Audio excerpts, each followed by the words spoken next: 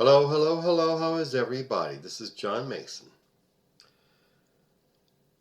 Tomorrow is Mother's Day, and that is a time we pay our respects to all the women in our lives, our mothers, and our wives, and our girlfriends, and our sisters, and every other woman we come across. Happy Mother's Day, ladies. And if we want the best for the women in our lives, we must protect their reproductive rights. There are all these states going around that places the most onerous restrictions on abortions. Like you can only have an abortion after so many weeks before you even know, the woman even knows that there's a fetus inside of her. And you remembered Katie Britt, the senator from Arkansas, who had this very bad case of ham acting after Biden's State of the Union address. Is that the best the Republicans can do? Well, anyway, she has this bright idea of a database. She's proposing this bill that would establish a database for all women who are pregnant. Hello, hello, hello, John Mason. How are you all? Currently, we're in the season of the Omer, the period from Passover to Slichot, which is the holiday of Moses receiving the law from God for the Israelites. And part of that tradition, one of the traditions of the Omer period, is the reading of the Pirkei Avot, otherwise known as Ethics of the Sages, which is a little short, sweet compendium drawn from the Talmud about how to live an ethical life. I've been currently reading the edition from Rabbi Rami Shapiro, and in chapter 1 it says, "Do not get cozy with the government." The reason for that statement is rulers will use you and your religious bodies for their purpose. And as soon as you're a liability, they'll discard you. For these decades, I have been following the rise of the religious right movement from the founding of the moral majority movement of Jerry Falwell. Yes, I'm dating myself. To their help in electing Ronald Reagan, through all their campaigns against abortion and gay rights and divorce. And now the same faction has sunken so low, and their leaders have sunken so low, guys like Paula White and any two-bit religious hustler who has got following, and they're getting cozy, despite what the sages say, with Donald Trump. They and their followers have been treating Donald Trump like he's the Messiah, like he's the savior of America.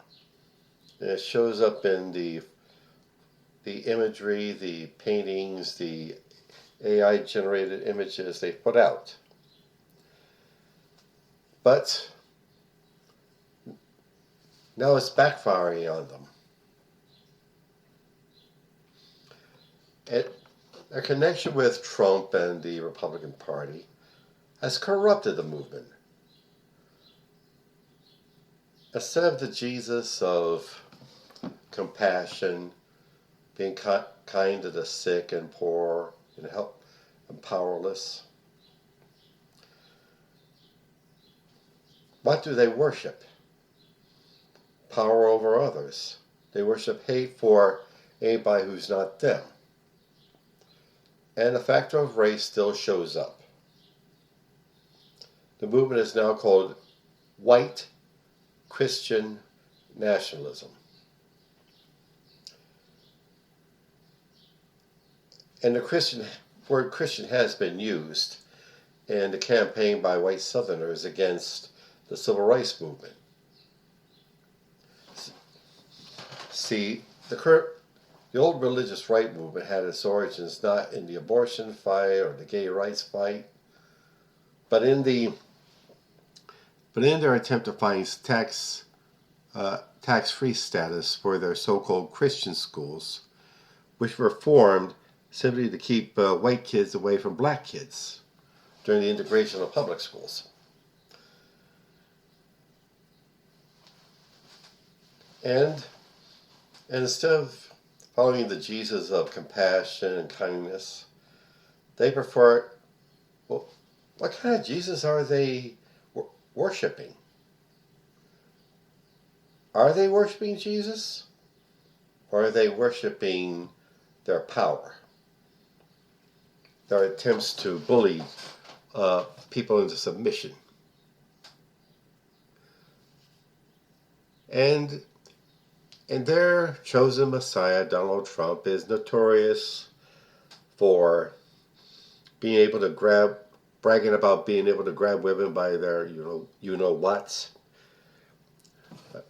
Was notorious for dodging taxes, cheating on his wives, cheating on his business dealings, cheating on his taxes, and cheating on his golf. And that's such a great moral exemplar for them. But now, I'm going to be gross about it, is biting them in the ass. Their Lord and Savior recently got into a fight with the Pope. And the Pope condemned lamented the war around the Strait of Hormuz. And Trump goes into the way long Truth Social post.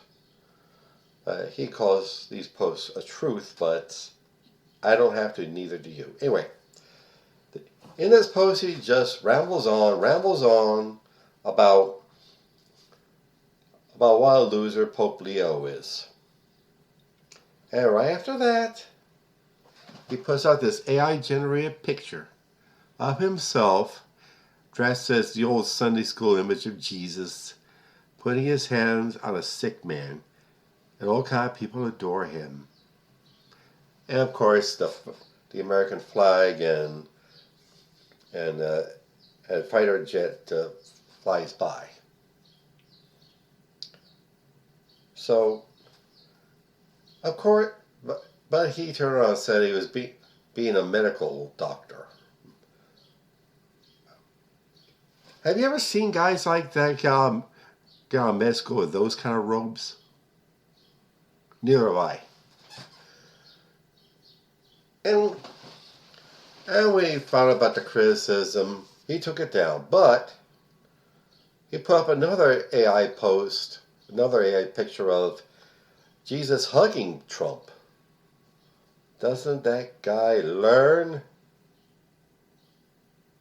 And this is the devil these Christian nationalists have sold their souls to. Plus, it's another sign of the mental decay going on with Trump, along with his physical decay.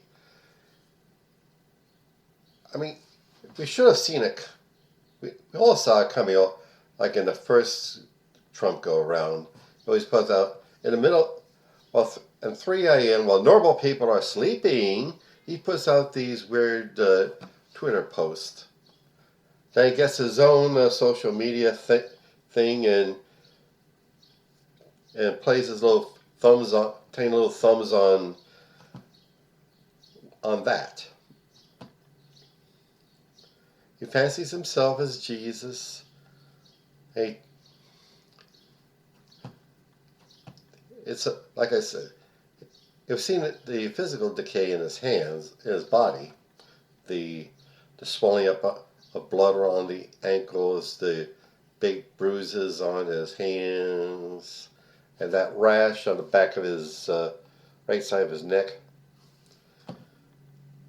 The mental decay should also be obvious. And we're supposed to put up with that for the next 2.5 years. Or do we? In Pennsylvania, May 19th is primary election day.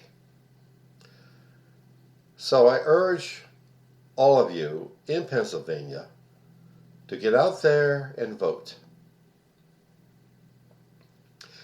And wherever primary election day is in your jurisdiction, or any other kind of election, like a special election to fill a congressional seat, get out there and vote.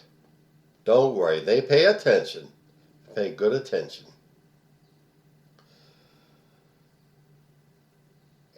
And let's let religious bodies, let there always be a little bit of space between government bodies and religious bodies. Okay? And now, advertisements. All this work I do on my media is most definitely work. This podcast, my blog, my YouTube channel, my poetry, my fiction, all work. And I need to be paid for my work. So, please get on my website, johnomason.com, and click either the PayPal button or the Buy Me a Coffee button, and see what we can give. I would greatly, greatly appreciate it. Thanks. And also, Hipporific is a lovely little CBD product store located on Snyder Avenue in South Philadelphia. There you'll find some of the finest cannabis-infused products. Gummies and candies and drinks and teas and lip balm and flour and hand sanitizer and dog treats. Yeah, dog treats. Look them up, please. HipporificLLC.com. And also my beloved career and business coach, Michelle Snow. Michelle's excellent in helping you develop your professional career or small business. Let you know what you're doing right, where you need work, and help you network with other up-and-coming entrepreneurs and professionals. Please look her up.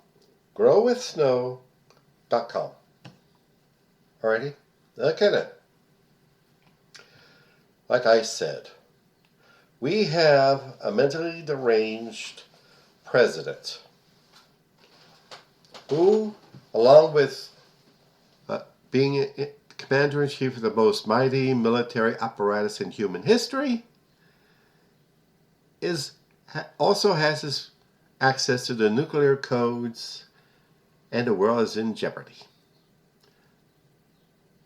And he has his acolytes like J.D. Vance and Mike Johnson daring to give a Sunday school lesson to none other than the Pope.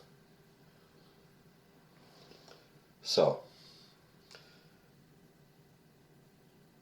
and I must remind everyone, May 1st is May Day, the International Workers' Holiday. I would ask everybody out there to find out where the nearest May Day celebration is and take part in it. In Philadelphia, it will be May 1st at 4 o'clock at City Hall. Be there, please. The world will see you. Damn sure Trump and his minions will. Okay? Enjoy your weekend. Shabbat Shalom. Bye.